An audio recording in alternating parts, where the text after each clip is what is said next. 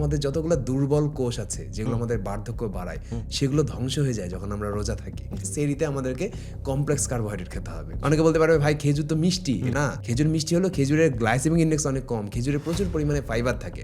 সেরিতে ভাত দিয়ে অন্য কোনো কার্বোহাইড্রেট খাবো না, ভাত দিয়ে আলু ভাজি, ভাত দিয়ে আলু এটা খাবো না, অবশ্যই প্রোটিন রাখবো এখানে। যতই বলুক রমজান মাসে ইলেকট্রোলাইট ড্রিঙ্কস পান করুন, কোনো দরকার নাই, আমি সাদা পানি পান করবো। প্রতি 3-4 দিন পর পর যদি আমি একদিন ভাজা পোড়া খাই তাহলে আপনার বডিতে ইম্প্যাক্ট পড়বে না। আমি নিজেই জিলাপি, বেগুনি, তারপরে আরো যত ধরনের খাবার আছে সবই খাই। বরকতময় শরবত আমরা রমজান আসলে দেখি, লাল পানি, এটার কোনো উপকার নাই। রোজা ভাঙবো সাদা পানি দিয়ে, নট স্যালাইন। স্যালাইনও খাওয়া যাবে না। যারা ওজন বাড়তে চায় তারা ডিনার করবে, ডিনারে অবশ্যই খাবে। যারা কমাতে চায় তারা ডিনারটাকে অ্যাভয়েড করবে। রোজা রাখার সাথে অর্থাৎ 16 ঘন্টা 17 ঘন্টা না খাওয়ার সাথে ওজন কমা বাড়ার সম্পর্ক নাই।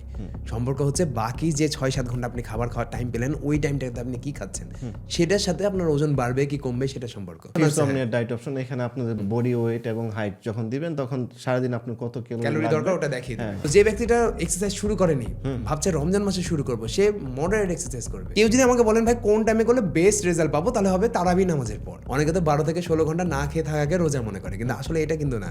রমজান মাসে আপনাকে অনেক কিছু স্যাক্রিফাইস করতে হয় যেটা আপনার ব্যক্তিত্বকে ধ্বংস করে।